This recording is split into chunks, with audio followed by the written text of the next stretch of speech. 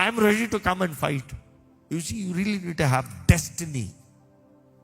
ఇదిగో ఇక్కడ ఈ మిమ్మల్ని అడుగుతున్నాడండి, గమ్యం కలిగిన వారుగా, గమ్యం ఎరిగిన వారుగా ఉన్నారా? ఏంటి నువ్వు చేరే గమ్యం? ఏంటి నువ్వు చేయబోయే కార్యం? There is a shift in season, there is a shift in everything. ప్రతి దానికి కాలం, సమయం తగినట్టుగా ప్రతి హెచ్చింపుకి ముందుగా పరీక్షలు వస్తాయి, తుఫాన్లు వస్తాయి, కెరటాలు కొడతాయి, అలలు ఉంటాయి. ఇవన్నీ సహజమే.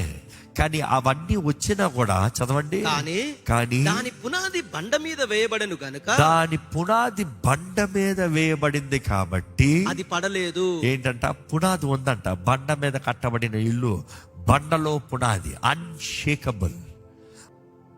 అర్థమైందా?